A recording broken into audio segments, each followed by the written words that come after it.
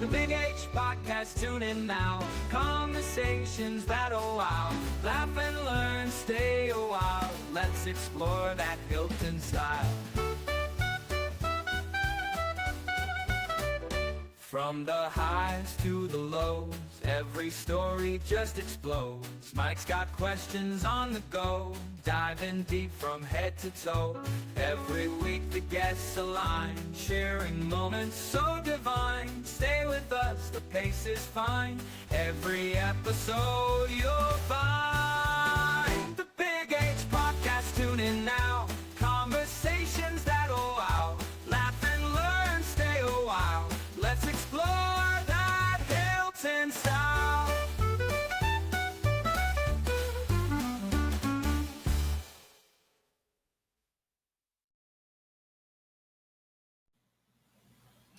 Carl Gaupp, welcome back to the Big H Podcast. Mike, thanks for having me. It's great. I hope you're having a good summer. It's gone by quick, as usual. As usual. Now, this is going to air on the 20th, 21st. We have a summer day, I believe. Are you going to go to that? Nope, I took care of mine on July 7th. Well, very good. Yeah. Very good. Yeah. So is your classroom all ready? Yep, it's ready to go. I think copies are coming in. So Mary Phillips, I used to teach with her at the elementary level, and her husband was a middle school social studies teacher.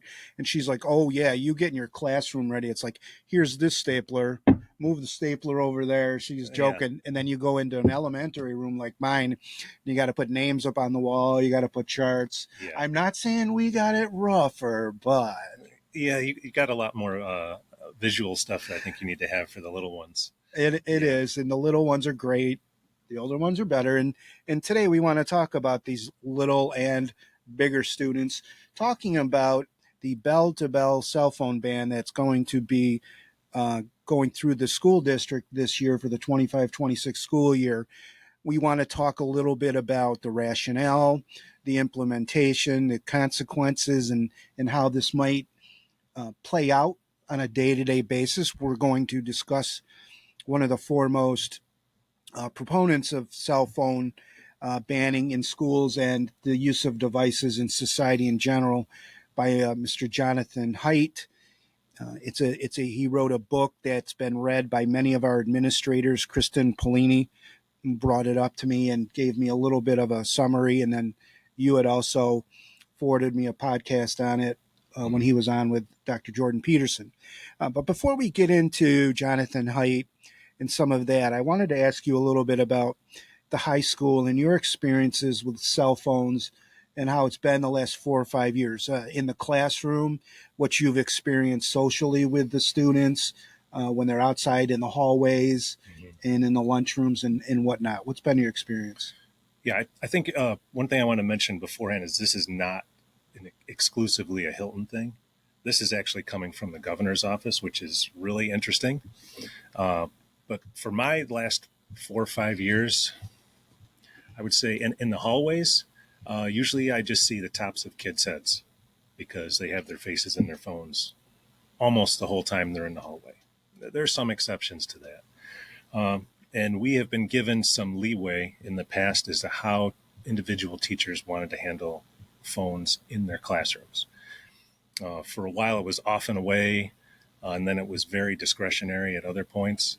I have tried to be consistent with that. So we have these little caddies, and my population is a little bit different now than a lot of other teachers in the high school. I'm really fortunate to be teaching the upper level courses. But with my juniors, I would have a caddy up in front of the classroom that's numbered, and I would put a calculator in there. And then up above that on my whiteboard was a spreadsheet that had each of the students' names along with a number. And when they would walk into the classroom, they would drop off their phone and pick up a calculator. Mm-hmm. So they were always ready to go. And some students would try to bypass that. And that's the part where consistency is really important with this. If I don't check up on it, then the kids will squirrel them away in their bags, or they try and keep an earbud in their ear. But for the most part, they're pretty good about it. Now with seniors, I treated them a lot differently. So this is AP and IB chemistry. I basically said to them that you're in a college level course. You have to you have to kind of police yourself.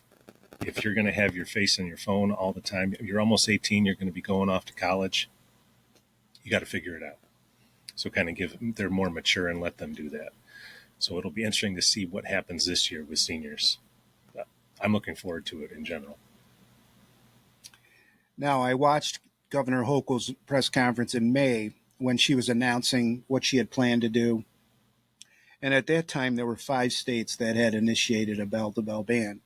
I was watching a news program the other day, and it was up to 31 states that are now doing some type of bell-to-bell ban. So it is sweeping across the country. I think that many people are realizing that distraction-free learning is something that should be instituted. And as schools, we should be doing something to promote that distraction-free.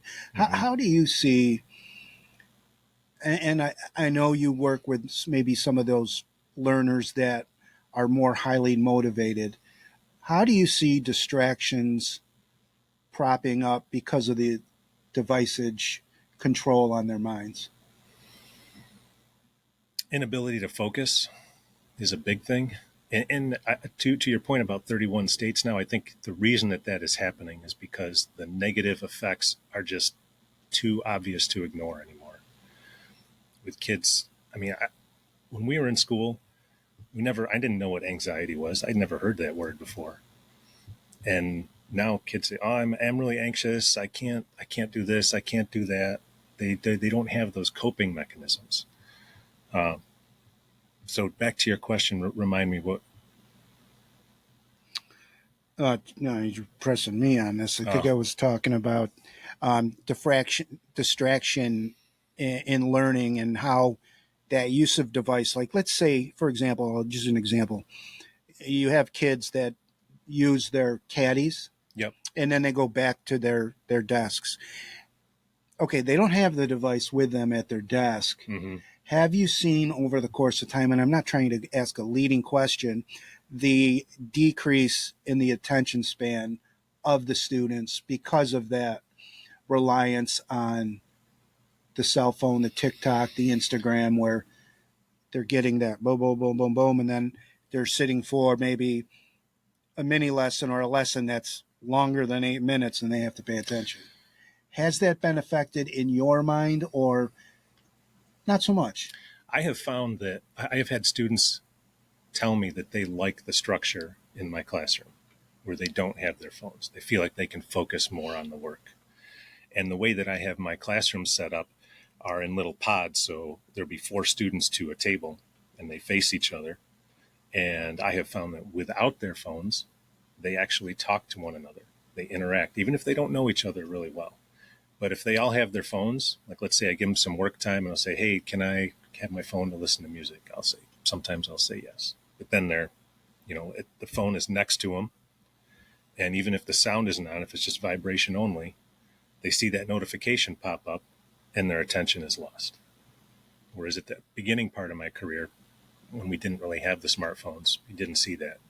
Kids were kind of on point the whole time. Now I want to circle back a little bit to last year when students had full usage of their cell phone during the school day, and let's say they're in lunch or in the hallway, would they be on TikTok and Instagram? Oh, yeah. And TikTok, Snapchat's a big one, right? They'll just have their phone and just take a picture of the top of their head and the ceiling and some caption to keep their streak alive, right? And I sound like an old man when I start talking about it because I'm not into it, but they do it all the time. "Oh, how come you didn't comment on my story? How come you didn't da-da-da-da-da-da? How come you left me unread?" I hear that from kids all the time. What does that mean? Leave me unread. You didn't check what I posted? So they'll see that the post has been made, but they won't reply to it. And they need that reply because, like we were talking before we came on air about that instant dopamine, that quick dopamine. Well, because at the elementary level, kids do have smartwatches. Some of them do have cell phones. And I assume that in 6th grade, the older, it's probably harder for the teachers to police. I don't like to use that word with the cell phones. 3rd graders, you hear a phone go off and they'll, and then I'll go turn my phone off. And many of them are very respectful about putting their phone in their book bag and keeping it in their book bag all day. And the watches, pretty much you just left them on their wrists or whatever. Yeah. And when it came to state testing or whatever, I had to collect all the devices, smartwatches, iPads, and the phones. And basically, the rule for elementary was you can use your phone once you get on the school bus.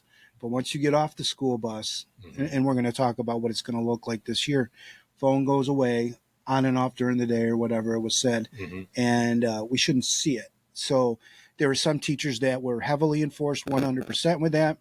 If I was or were on bus duty, and a student was coming out on the bus loop and they had their phone, I would say, please put that away until you get on your school bus. Okay, maybe that's being a little too militant, but I wanted them to be like, I want you to look forward when you're walking so you don't bump into somebody. Make eye contact. Right. That's getting off a little bit on a tangent, but I think this is going to affect K-12. So getting it to look at both the elementary, middle, and high school.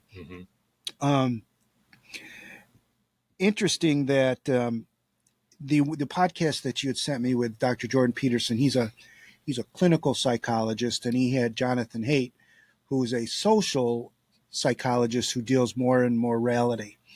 And Haidt, has written several books. Jordan Peterson has been very, very popular in Canada and speaking in the States. And Jordan Peterson brought up the dopamine issue. And I want to let you have an example of what you've seen at the high school.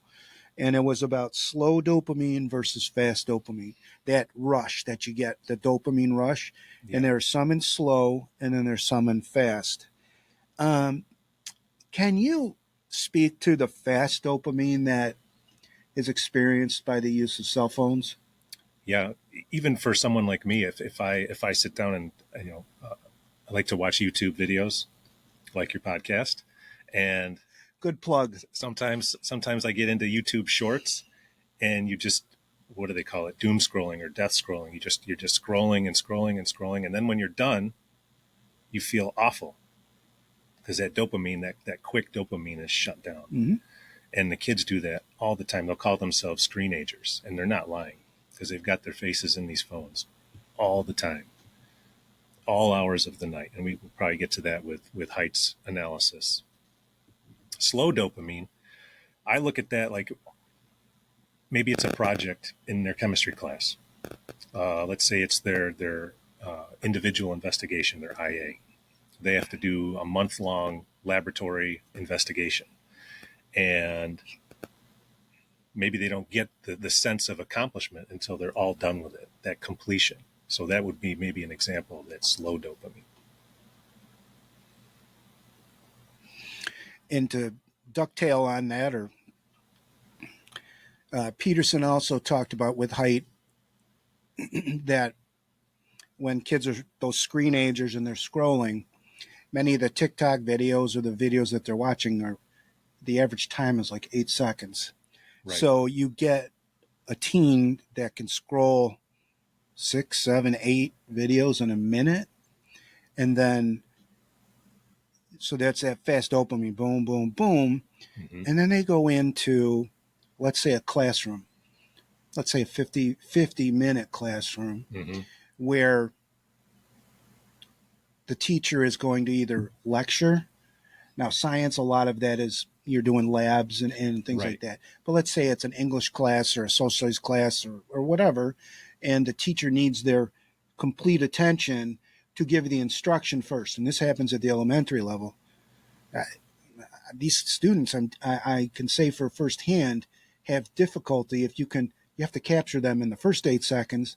And then Peterson or Haidt used the 8-minute length that you're going to have them for. It's not very long. It's not.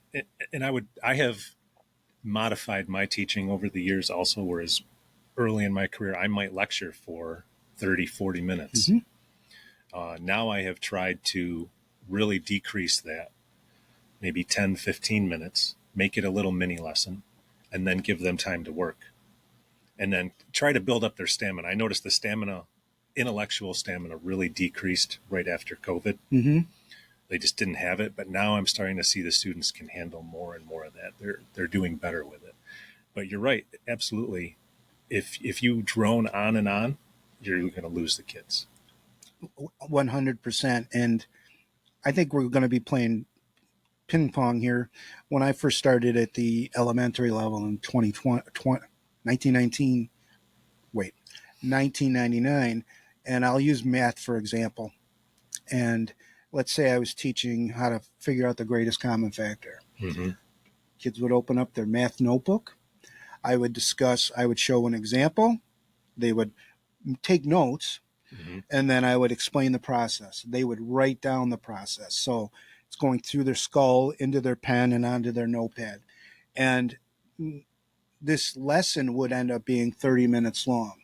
My philosophy at the time was, well, you see me do it. We're going to do an example together, and now you have this notebook to refer back to when you go to do it independently. That took me 30 to 40 minutes on an instructional day, and then they would have independent work either in class or for homework. Right.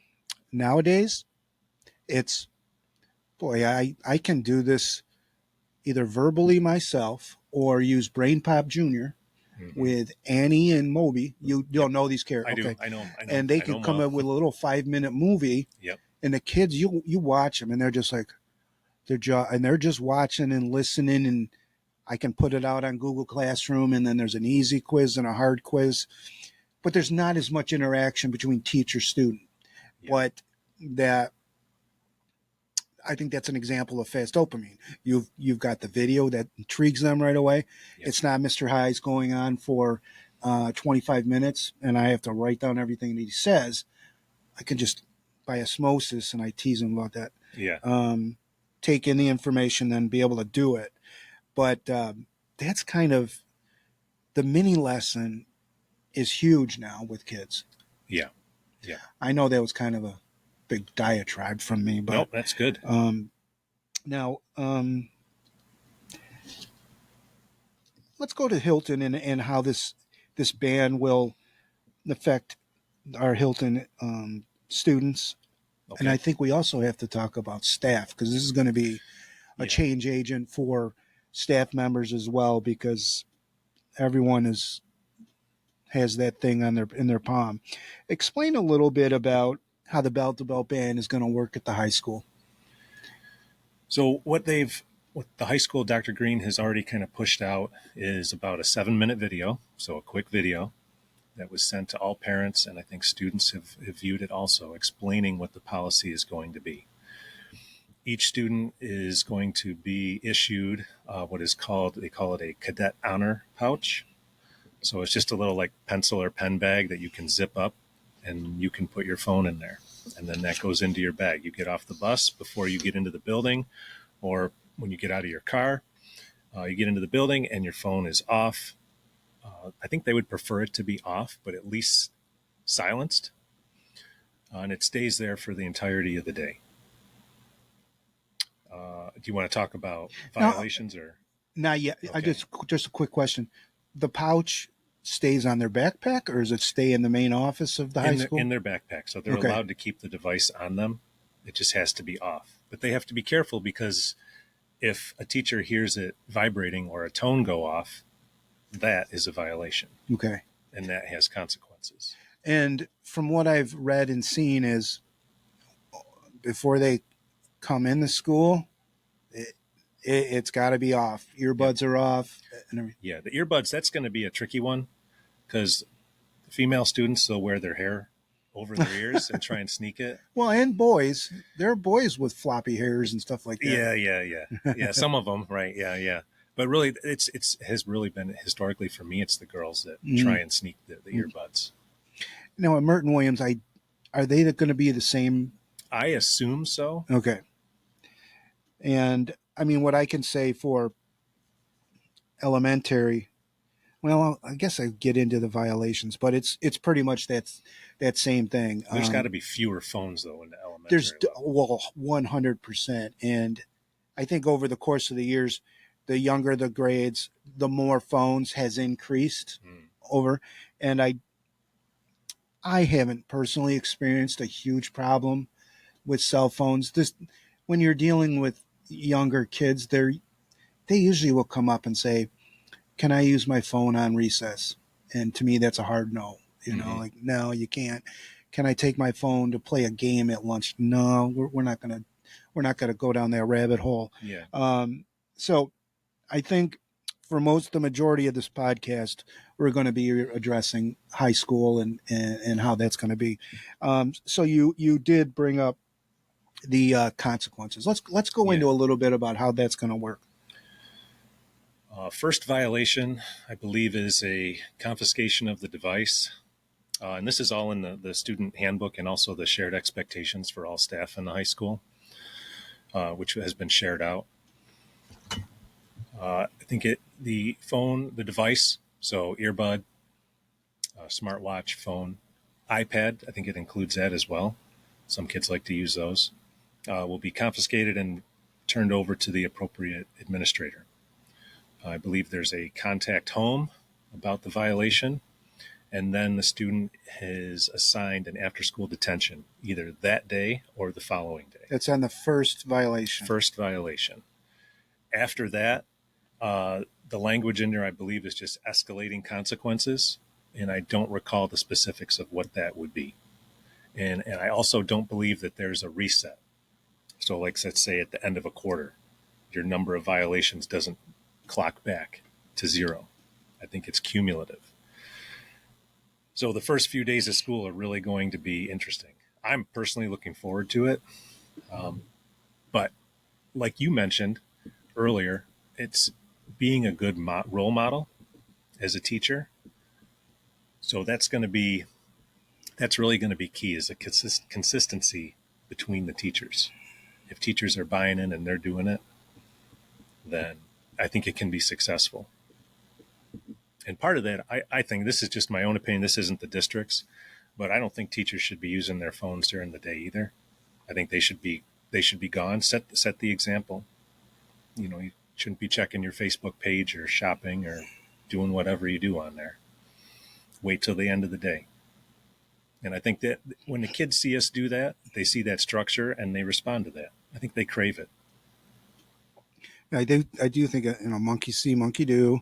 And one thing I did want to go back to, part of the information that you sent me, it said families should refrain from communicating with students during the school day, but can email their student if necessary. So that would reach the email on their Gmail, on their... Yep, on their district-issued device. That's the only one that they're allowed to use. Okay. And I believe that the district is also going to be supplying some corded headphones, earbuds, for students. So then if they are listening or watching a video in class, they can do that.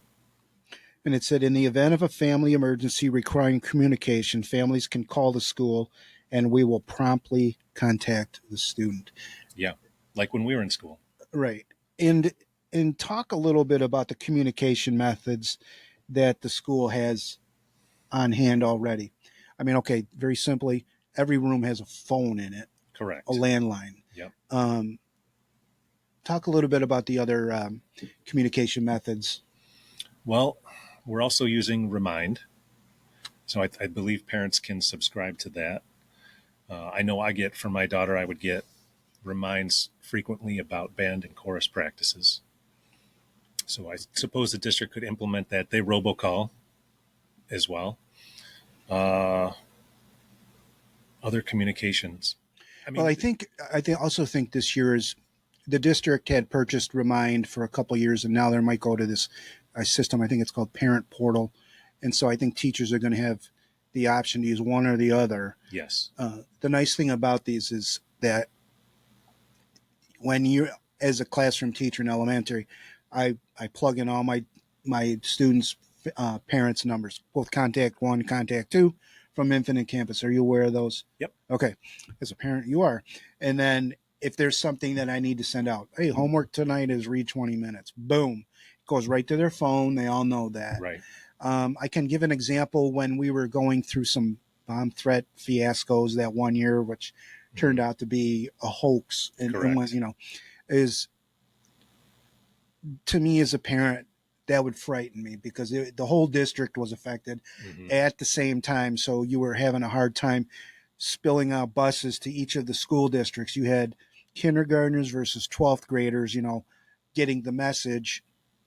But I had Remind that time, and I was able to communicate in live time with the parents, explaining what was going on. And then I went to, let's say, a field trip where we went to the zoo, and I was able to communicate with the parents. We're pulling into the zoo now, or we're leaving the zoo now and heading back to Hilton. And that system did allow for immediate contact. And then I also believe that through our Office of Communication, which is led by Dave Yates, I believe, that we do have an X page where, and he also can communicate on Infinite Campus. So there's many mechanisms where they can get out emergency information to parents. Yes. Yeah. Which as a parent is nice. I definitely agree with that. That it's nice to know when your kids are going on these field trips and when they get there and things like that. Yeah, and like that, the bomb threat or whatever happens, and the apparent initial reaction, and I understand. I want to come to the school, and I think we were talking off camera. Sometimes in emergency situations, or most of the time, you have to trust us and let us know what to do. And then when we do it, and as certain wrenches get thrown in, we do as best that we can, and then review what happened, and then revamp our plans. Right. And thankfully, there hasn't been, too many emergencies. There are individual emergencies, I'm sure, that come up. I know, but in terms of going back to, I don't want to get too much off on a tangent with the cell phone bell to bell ban. Talk a little bit about the rationale behind it, and we don't do things just to do them. There's benefits to them. Correct. So there, Mr. Height or Dr. Height, he has kind of laid out what some of these negative effects are. And a lot of them have to do with social interactions between children, and also the social emotional part, which I know that Hilton is huge on. We have been for several years. And so things like girls tend to be, and I'm not a psychologist. These are all anecdotal things that I have picked up kind of reading about this topic, is they kind of go after it. I call it character assassination. So they kind of bully each other that way, compare themselves to each other, and it becomes a kind of a downward spiral for them. Whereas boys, they're playing video games, and unfortunately, one of the other things that they get addicted to in some cases is they really get into the porn, which is not healthy for them, especially when they're trying to establish their first relationships at the high school level. So these are things that Height has noticed, and he noticed an uptick in this, I think around 2010 is when, and it's almost like a hockey stick graph. It just is really spiked up. So I think this is probably a long time in coming for the district. We're finally here. The state is here, and people are finally catching on to it. And some of the things that he noted with girls is that the social aspect of social media is they tend to have the more depression, show signs of cutting and things like that. More negative emotions. Yeah, for sure. And we were talking off camera also about how someone will post something online about how their situation is just dire, and it might be an extreme example, and that can go viral, and other girls see that and they're like, oh, that's me, and they're seeing the worst case of it. And I think that's where we're the result of using the devices, and we're seeing that manifest in these negative behaviors. Now, also, Jonathan, it's pronounced Height, even though his name looks like Haig. Yeah. Um, no, excuse me, Haidt. He noticed the cause, and he talked about the great rewiring of childhood. Can you explain a little bit about what he meant by that? Oh, I can help you out yeah. if You you can don't help me mind, out with that one. because I'm really reading your notes, the Cliff Notes, and he talked about um, the great rewiring of childhood, where children's experiences they shifted from a more independent, play-based childhood. They're out playing Okay. baseball, Yep. okay, Yep. to one influenced by technology. Yeah. I mean, it's kind of we're aging ourselves with a lot of these conversations, but I just remember, and I've heard other people say this on your podcast, that they wouldn't come inside until the street lights came on Mm-hmm. if they lived in the village, or a parent would yell down the street, "Hey, it's time for dinner," and you would just find other kids in the neighborhood and you would interact with them. In the wintertime, we'd build snow forts, things like that. But there wasn't nowadays. Like if you drive through a neighborhood, I don't drive through lots of neighborhoods all the time, but I don't know that you see kids out playing as much as you used to. They'll stay inside. Like my daughter, for example, she's got her iPad, and we try to regulate that quite a bit. But she'll chat with her friends on there, so there's not a lot of face to face.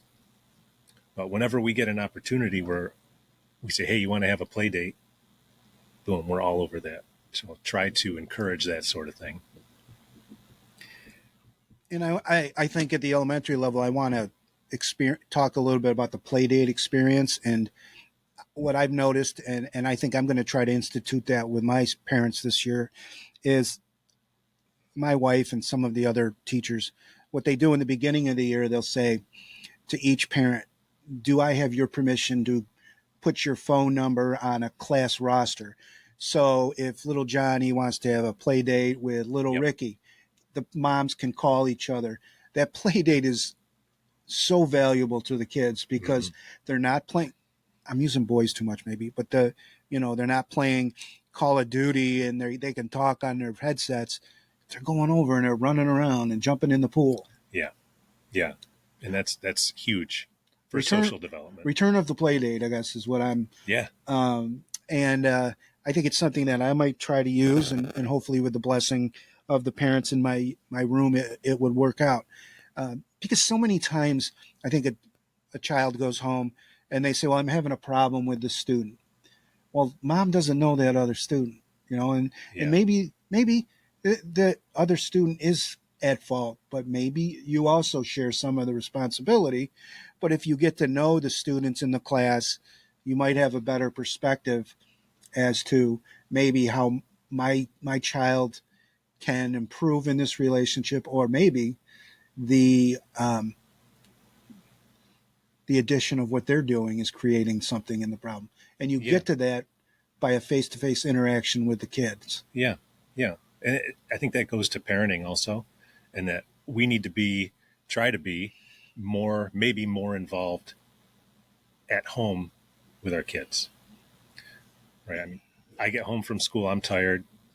My daughter gets home from school, she's tired. She wants to decompress.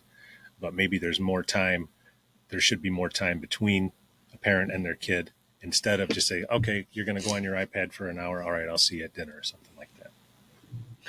In Height, he uses the example of himself when he had a 2-year-old, and he and his wife went to dinner, I think he said, and I gave my 2-year-old the phone, and within 10 minutes she learned how to scroll and everything like that. And I'm not going to lie. I mean, Yeah. when I had younger children and we would go out to dinner, let's say, and you wanted the kids to act okay and you wanted to talk about your day with your spouse, Mm-hmm.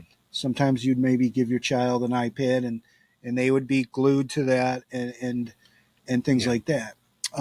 It's difficult. It's difficult because you want your adult time, but you want to have your kids with you. Exactly. And I think, opinion, whenever you say I think, we want to make sure that we still have that phone down, phone off, and we're having those personal conversations too. Yeah. It's work. It's definitely work. And it not only the bell to bell thing for the kids, it's going to be an adjustment for parents also again. Now, getting back to Haidt's book, The Mechanisms, he identified several negative consequences of that shift about the great rewiring of childhood. Talk a little bit about the social isolation and loneliness. Oh, well, when you're not having a face-to-face conversation with someone, you can kind of go down a rabbit hole, I suppose. And these phones are sneaky in that you get either positive or negative reinforcement from the algorithm that's running in the background. So you start to see the same things over and over. And you're not learning how to problem solve. You're not learning how to talk with a friend through a problem that maybe you're having at school. So I think that's some of that isolation that he sees. And I spend a lot of time listening to podcasts in the summertime, and I don't know which scientist it was or which psychologist. That's how Dr. Peterson talks, psychologist. Yeah. And they talked about the worst feelings that people have are the feeling of not belonging and loneliness. And those were the two adjectives used.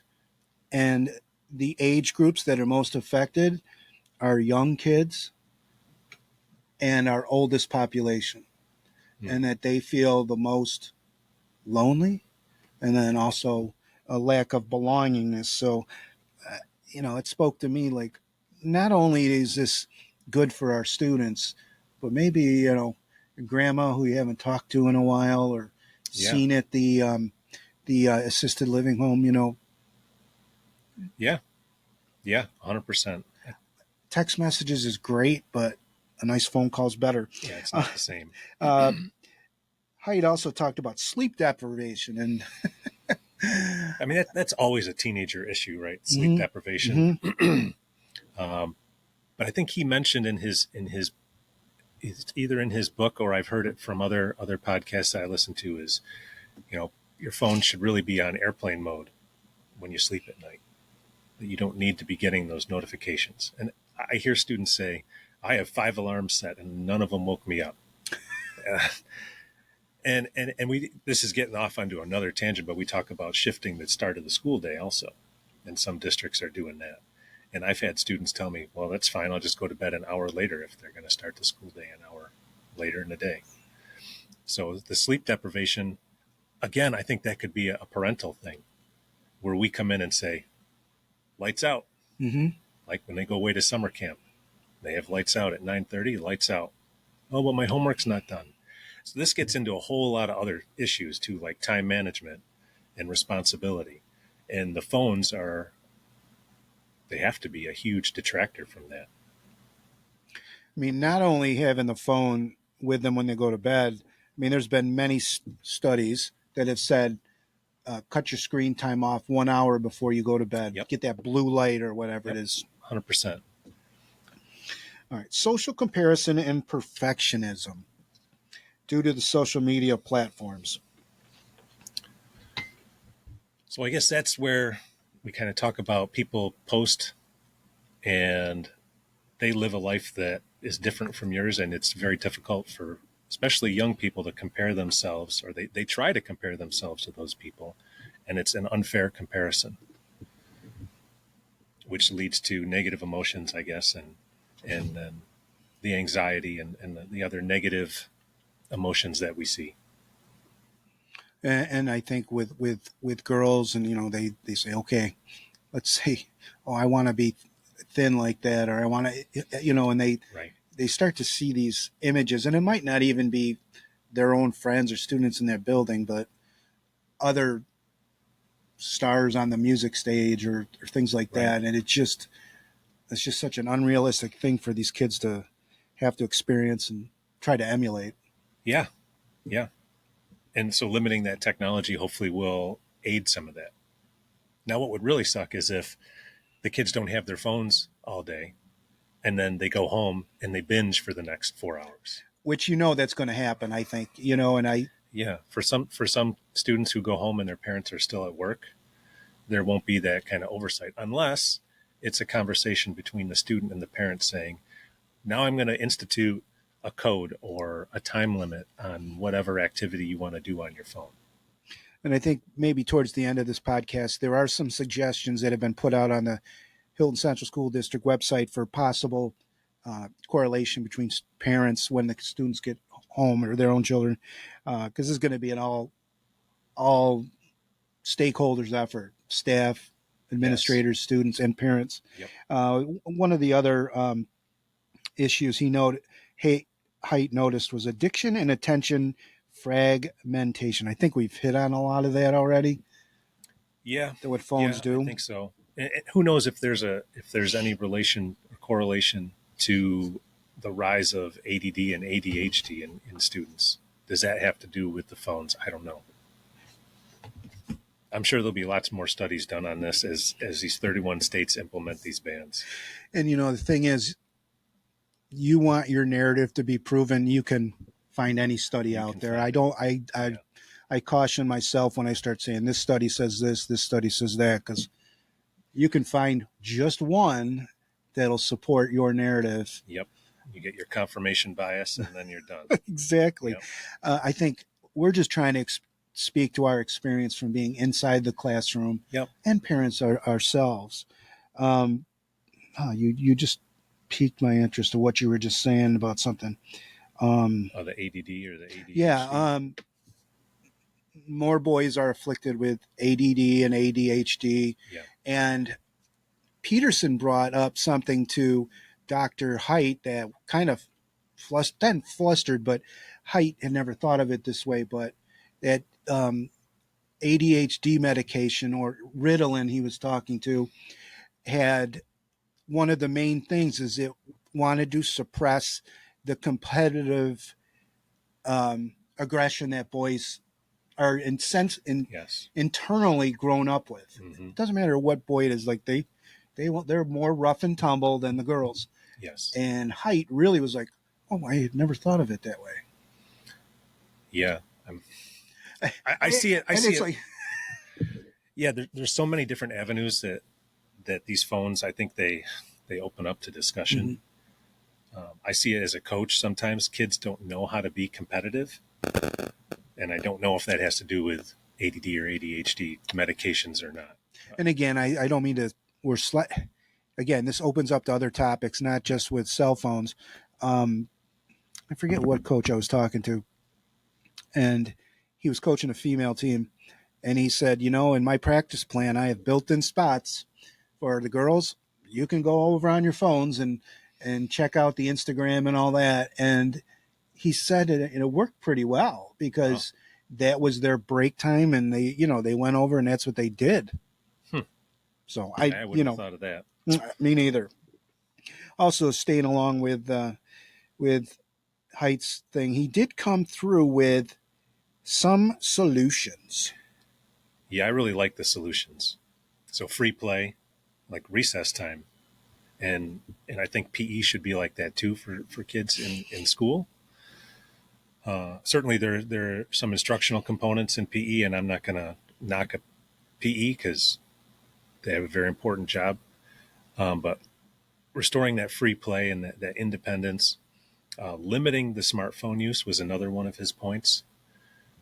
And, promoting phone-free periods, and that's a school thing, and before bed. I totally agree with that stuff. And these are things that I'm not just reading them off as bullet points. These are things that I've, even before I knew about Height, my wife and I were kind of doing these things with our daughter.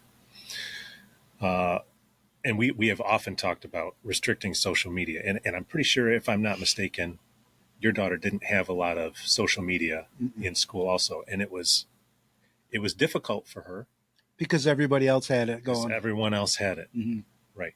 But if we get more parents that buy into that and say, you're not going to have social media until you're 16 or whatever. Yeah. Don't get into those fundamental reforms. We're going to wait. Okay. All right. Yep. Okay.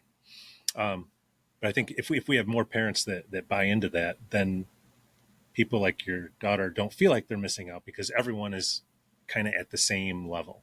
They're at the same social interaction level. Parental involvement, we talked about that already a little bit. And open dialogue.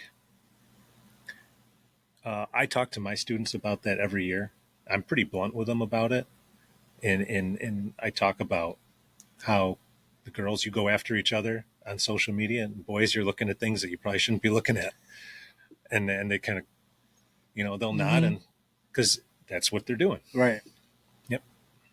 And then Height, he proposed 4 foundational reforms to restore a healthier childhood. And I think parents pay attention to this because this goes beyond just the phone-free schools. Yeah, I think this is a big deal. So no smartphones until you're 14. No social media before you're 16. So that's the Snapchat, TikTok, maybe, I don't know, YouTube Shorts. I don't know if people really upload stuff. I think that's more TikTok that gets put onto YouTube Shorts. Phone-free schools, we're doing that. Great. I can't wait. I'm really looking forward to it. And then far more unsupervised play and independence. So get the kids out to a playground. I think my daughter yesterday, where the heck did they go?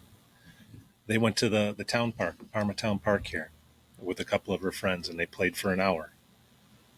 Fantastic. We were fortunate enough to send our daughter off to Camp Corey for a week. And so that's no smart devices there at all. They give us a warning that if a child is found with a device, boom, they go home. Wow. Yeah. Yeah. That's a consequence. That's a consequence. Yep. So. You piqued many ideas in my head. When they were talking about unsupervised play, one of the conclusions of Height was that there were 2 opposite spectrums, that in today's world, there's a heavy emphasis on supervision of children in the real world, okay, at school, or let's say out in the playground or on the backyard. But when it does come to that cell phone, parents aren't as heavily involved in the supervision, knowing what's going on, speaking to their kids, what's going on in there. It's almost like a contradictory of ideas. Yeah. Again, that's the part where, as a parent, we have to expend more effort at that end. So maybe it's just asking a question. Like, I'll ask my daughter, "What are you doing? Mm-hmm. Who are you talking to? What are you talking about? What are you watching?" And just kind of peek in once in a while, even just to let the kids know that you're paying attention, I think is helpful. Also, on Facebook, there's a Facebook page where it's high school parents can become friends. And the other day, my wife clued me into it, and one of the parents raised the question, is anyone curious about the Bell to Bell ban? And there was probably 50 comments on there. And the comments were wide-ranging. You had some that had students just entering the high school, and then you had some that were commenting that they were a associate professor in college. And there were positives and there were negatives. I would say overall, they were beneficial or good ideas about the ban. Some parents were like, well, how do I now get in touch with my kid? And some of them were like, well, I like to hear from my child during their lunchtime to see how their day's going. Maybe they have a serious situation with a child that they're not getting along with. I'd like to hear how they're doing on that particular day, what happens in the case of an emergency. And, several of the parents just said, well, think about it when you were going through school. Yeah. We didn't grow up with a cell phone or a tablet or a Chromebook, and we were okay. I mean, our parents had to trust the school to do the right thing with the right communication, and we worked out okay. We did. Yeah, we didn't. I mean, we didn't have the type of communication at all. Like, I guess an example would be, I'll get an email from a parent saying, "Hey, my student is having an issue this week because something has happened at home. Just keep an eye on them." And that's fantastic. And I think that if we as teachers also can communicate quickly back to parents, that will help ease some of that unsettledness or change. Because I know myself, when someone asks you to do a change, kind of the instant answer is, no, I don't want to change. I like what we're doing. But if we as teachers can get back to parents pretty quickly, I might be the exception to the rule with some of this. I'll email even when I get home at night. Some teachers don't. Some teachers say, at 2:15 or 3:00, whenever My day's done, therefore my communication is done. I'm not communicating with parents. I'm not saying either one is good or bad, but parents it might help initially if we can be more communicative with parents. And I agree. And in my podcast it's called Powwow with Polini. I highly recommend it. Subscribe to this YouTube channel while you're at it and like it with that thumbs up. She did talk about communicating with parents and that she felt that, and again, she said she delineated it or differentiated it with the age of the child. Mm-hmm. More times than not, it's almost better to have the phone conversation with the parent. Now, it has to also fit into your school day, where at elementary you do have a planning period of 45 minutes 45 minutes in which they're for planning and right. Handling a parental question. That's planning. And if you can use that time to call the parent and have a phone-to-phone discussion, it sometimes works. Email's great. The parent portal's also good. Mm-hmm. And I'm not, and it depends on the question. Yes. If it's like, you're telling me my child didn't do their homework, okay. The other question could be, hey, what's up with this one student? My daughter keeps coming home saying she's, pushing her in the lunch line. Well, that ups the ante where that's a phone-to-phone conversation. Yep. Okay. I just wanted to throw that out.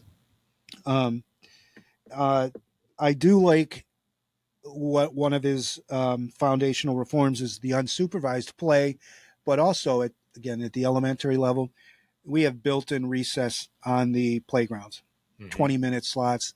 Mine came out the other day. I think I go, and they set them like really good, like right after lunch. So the kids are kind of jazzed.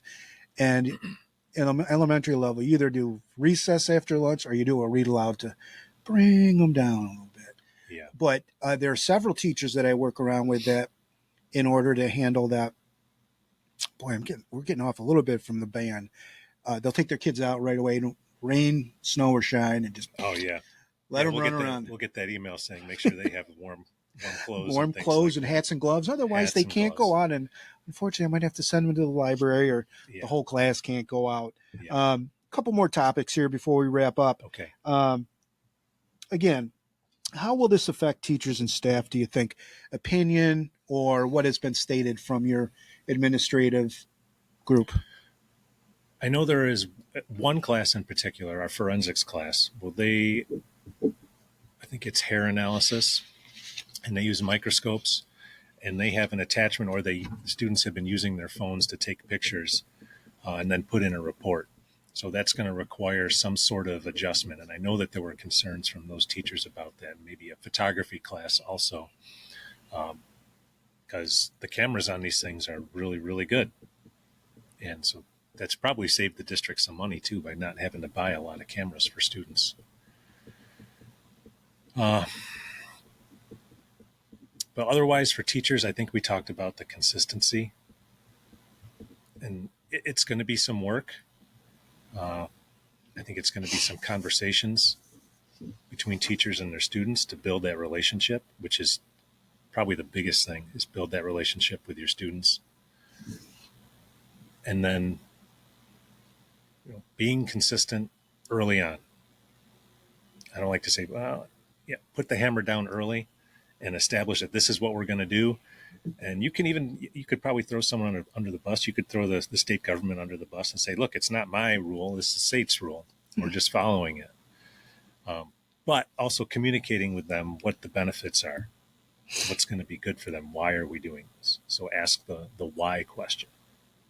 And again, coming from the elementary level, I work with probably 90% of females, and a lot of them have babies and younger children.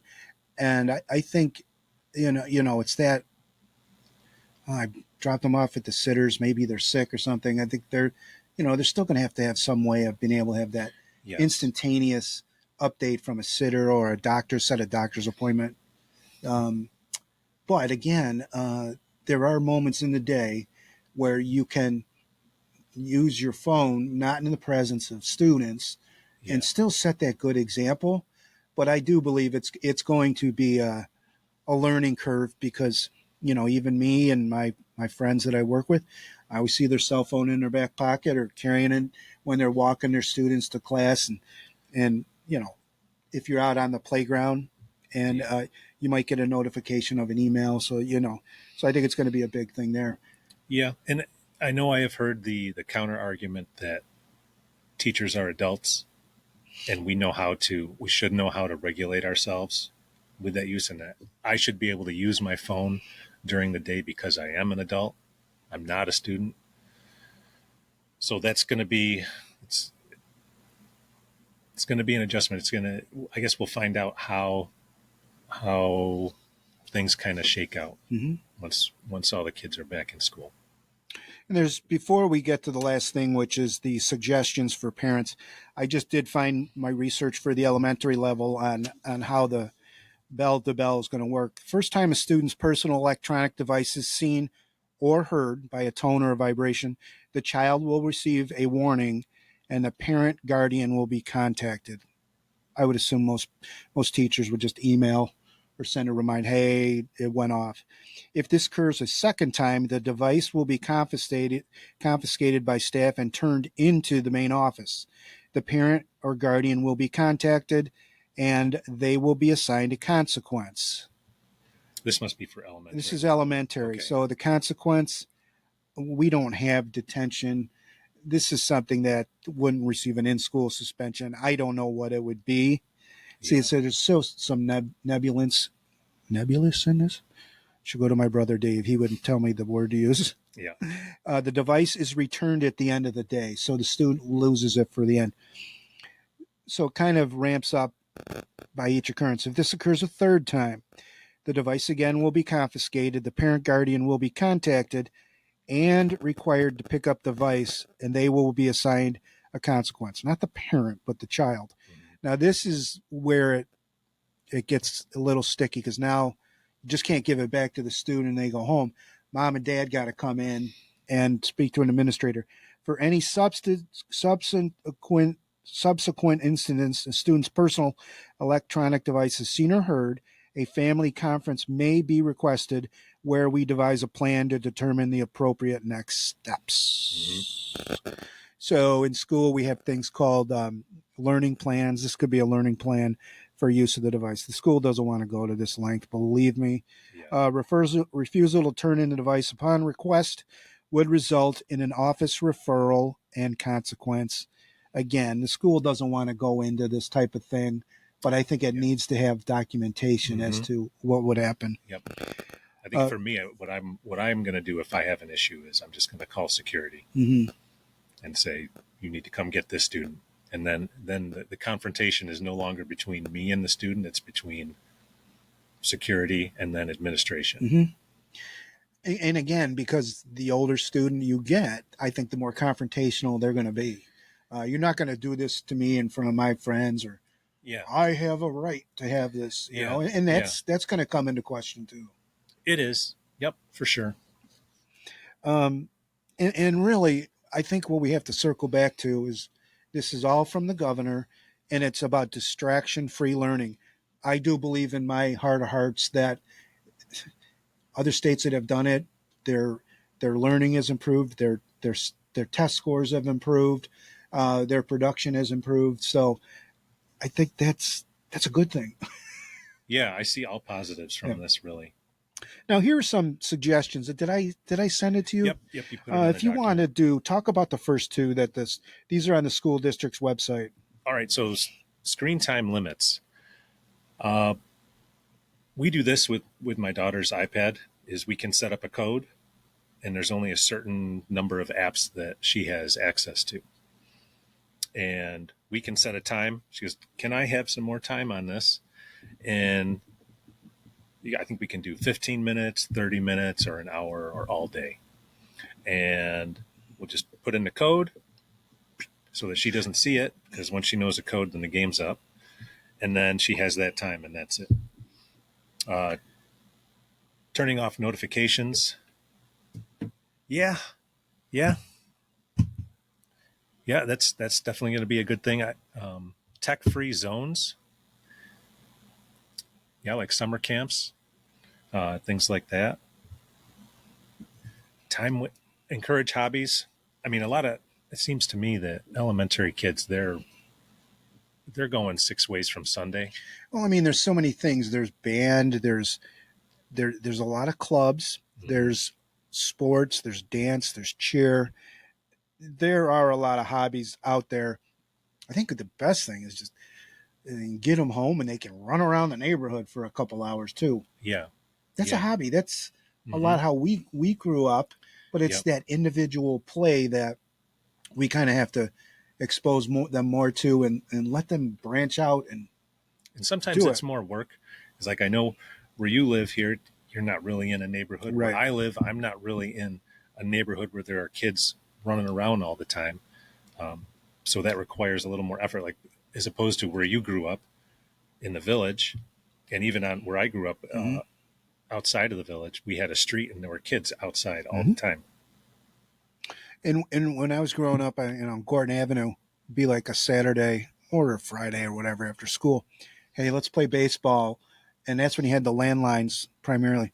And I would call 10 or 12 kids.